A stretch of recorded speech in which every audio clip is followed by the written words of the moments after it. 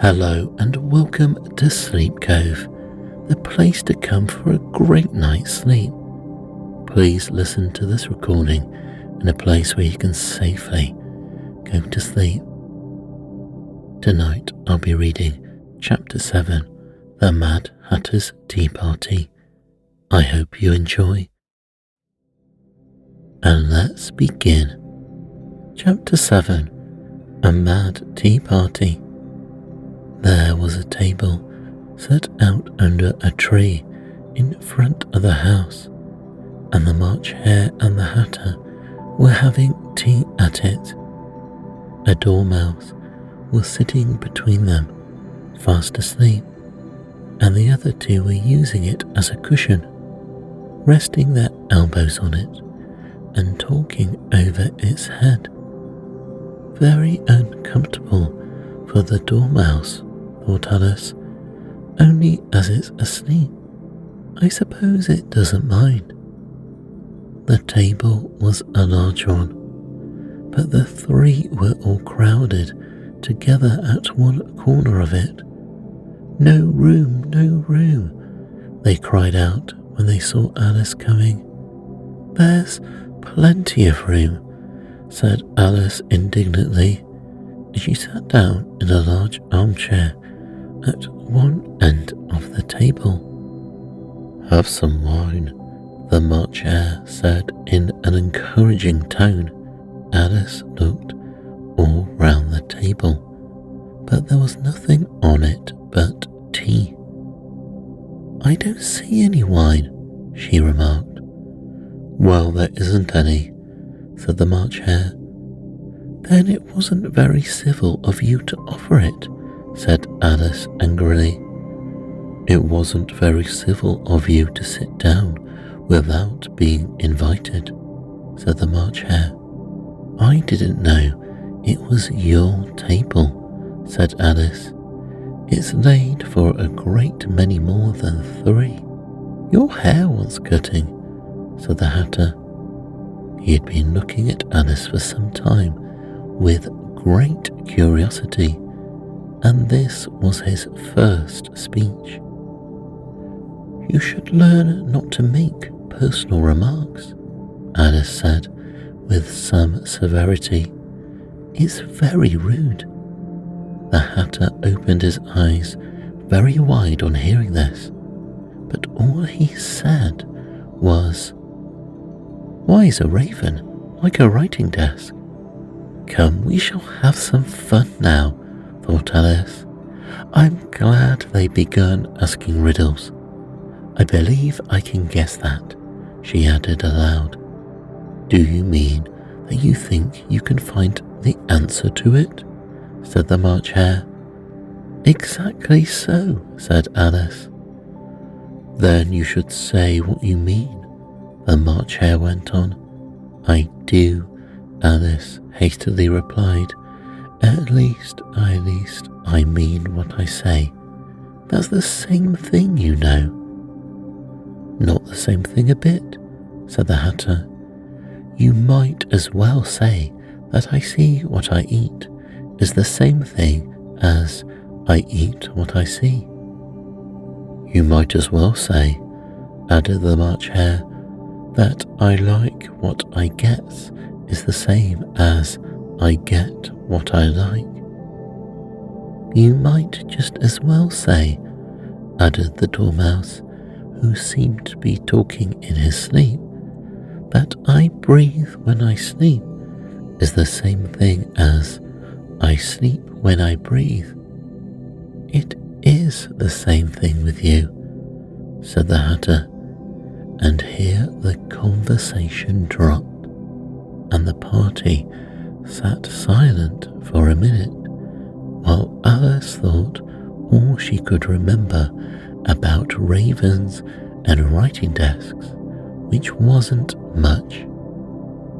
The Hatter was the first to break the silence. What day of the month is it? He said, turning to Alice.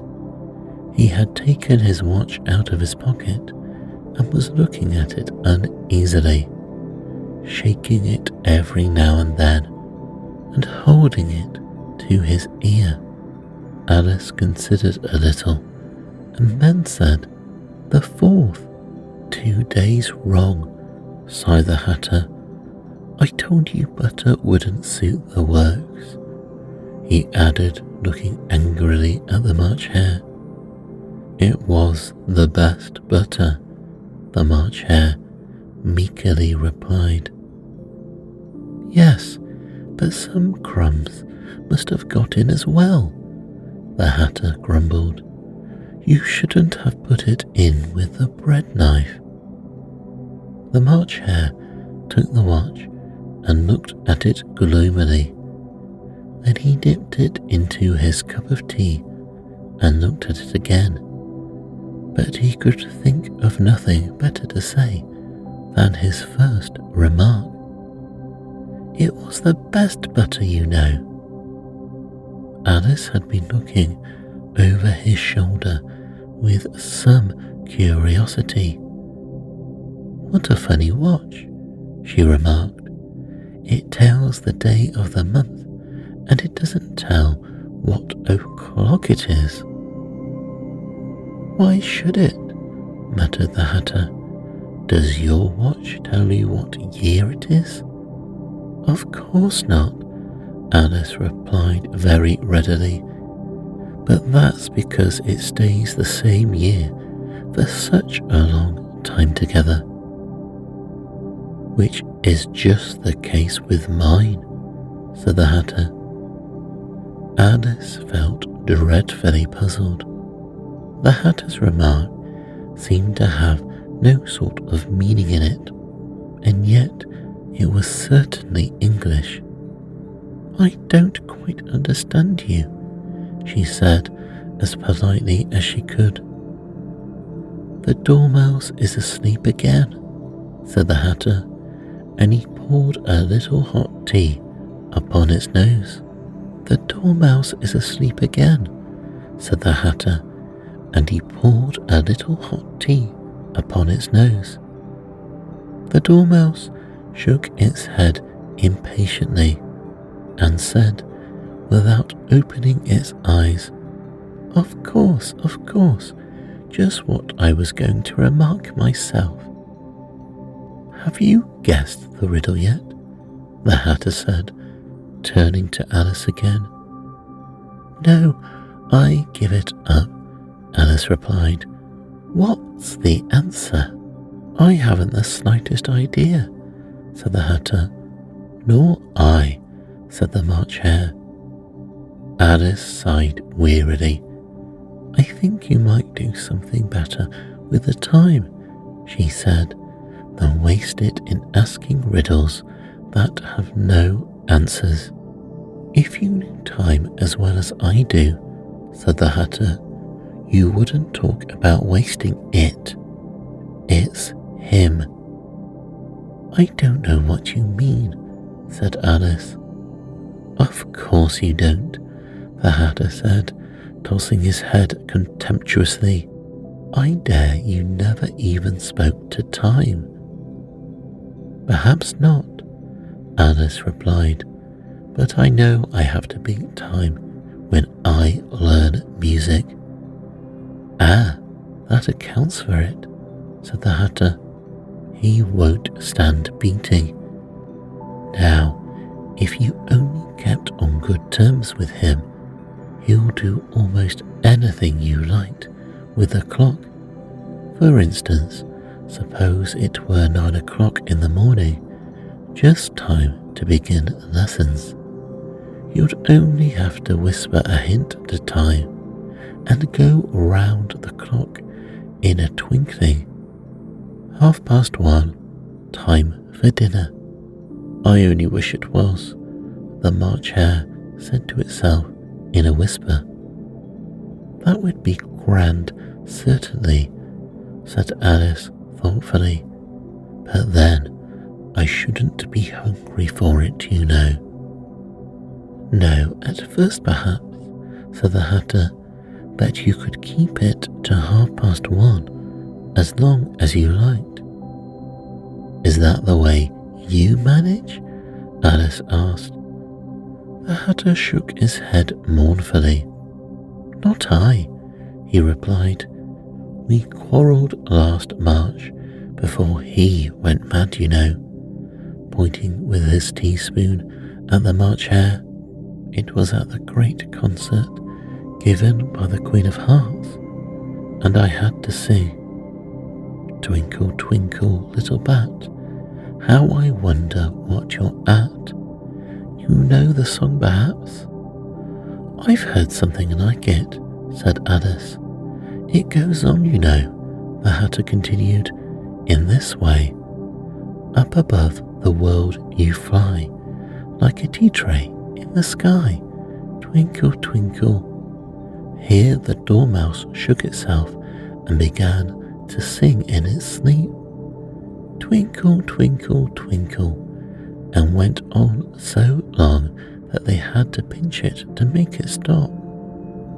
"Well, I hardly finished the first verse," said the Hatter, when the Queen jumped up and bawled out, "He's murdering the time. Off with his head." "How dreadfully savage!" exclaimed Alice. "And ever since that," the Hatter went on in a mournful tone, "he won't do a thing I ask. It's always 6 o'clock now." A bright idea came into Alice's head. "Is that the reason so many tea things are put out here?" she asked. "Yes, that's it," said the Hatter with a sigh. "It's always tea time, and we've no time to wash the things between whiles." "Then you keep moving round, I suppose," said Alice. "Exactly so," said the Hatter, "as the things get used up." "But what happens when you come to the beginning again?" Alice ventured to ask. "Suppose we change the subject," the March Hare interrupted, yawning. "I'm getting tired of this. I vote the young lady tells us a story." "I'm afraid I don't know one," said Alice, rather alarmed at the proposal. "Then the Dormouse shall," they both cried. "Wake up, Dormouse," and they pinched it on both sides at once.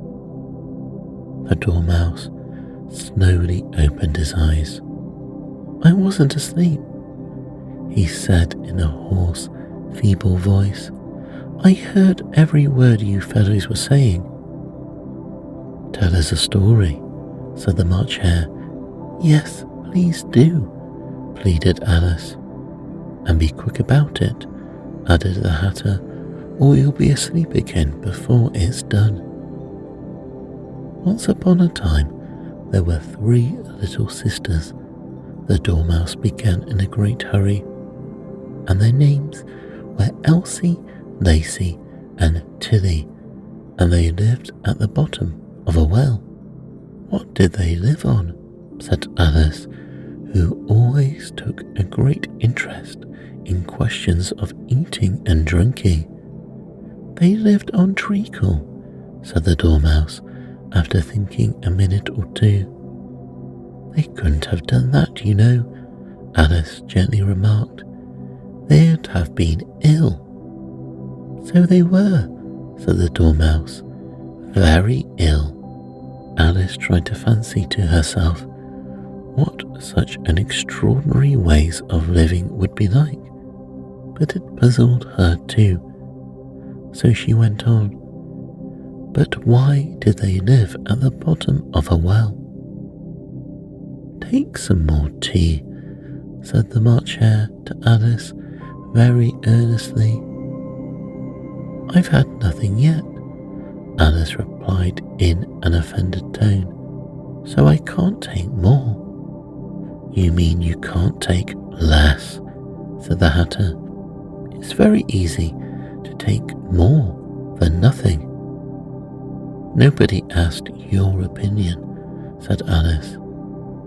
"Who's making personal remarks now?" the Hatter asked triumphantly. Alice did not quite know what to say to this, so she helped herself to some tea and bread and butter, and then turned to the dormouse and repeated her question. Why do they live at the bottom of a well? The dormouse again took a minute or two to think about it, and then said, "It was a treacle well. There is no such thing." Alice was beginning very angrily, but the Hatter and the March Hare went shh shh, and the Dormouse sulkily remarked, "If you can't be civil, you better finish the story for yourself." "No, please go on," Alice said very humbly. "I won't interrupt again. I dare say there may be one." "One indeed," said the Dormouse indignantly. However, he contested to go on. "And so these three little sisters, they were learning to draw, you know." "What did they draw?" said Alice, quite forgetting her promise. "Treacle," said the Dormouse, without considering at all this time. "I want a clean cut," interrupted the Hatter. "Let's all move one place on." He moved on as he spoke, and the Dormouse followed him. The March Hare moved into the Dormouse's place, and Alice rather unwillingly took the place of the March Hare. The Hatter was the only one who got any advantage from the change, and Alice was a good deal worse off than before, as the March Hare had just upset the milk jug into his plate. Alice did not wish to offend the Dormouse again, so she began very cautiously. "But I don't understand. Where do they draw the treacle from?" "You can draw water out of a water well," said the Hatter. "So I should think you could draw treacle out of a treacle well, stupid." "But they were in the well," Alice said to the Dormouse, not choosing to notice that last remark. "Of course they were," said the Dormouse. "Well in." This answer so confused poor Alice that she let the Dormouse go on for some time without interrupting it. "They were learning to draw," the Dormouse went on, yawning and rubbing its eyes, for it was getting very sleepy. "And they drew all manner of things, everything that begins with an M." "Why with an M?" said Alice. "Why not?" said the March Hare. Alice was silent. The Dormouse had closed its eyes by this time and was going off into a doze. But on being pinched by the Hatter, it woke up again with a little shriek and went on. "What begins with an M? Such as mousetraps, and the mood, and memory, and muchness. You know you say things are much of a muchness. Did you ever see such a thing as a drawing of a muchness?" "Really, now you ask me," said Alice, very much confused. "I don't think." "Then you shouldn't talk," said the Hatter. This piece of rudeness was much more than Alice could bear. She got up in great disgust and walked off. The Dormouse fell asleep instantly, and neither of the others took the least notice of her going, though she looked back once or twice, half hoping that they could call after her. The last time we saw them, they were trying to put the Dormouse into the teapot. "At any rate, I'll never go there again," said Alice as she picked her way through the wood, is the stupidest tea party I ever went to in all my life.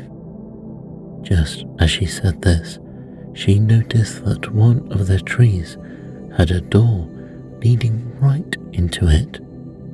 That's very curious, she thought, but everything's curious today. I think I may as well go in at once. And in she went. Once more, she found herself in the long hall and close to the little glass table. Now, I'll manage better this time, she said to herself, and began by taking the little golden key and unlocking the door that led to the garden. Then she went to work, nibbling at the mushroom. She had kept a piece of it in her pocket till she was about a foot high. Then she walked down the little passage, and then she found herself at last in the beautiful garden among the bright flower beds and the cool fountains.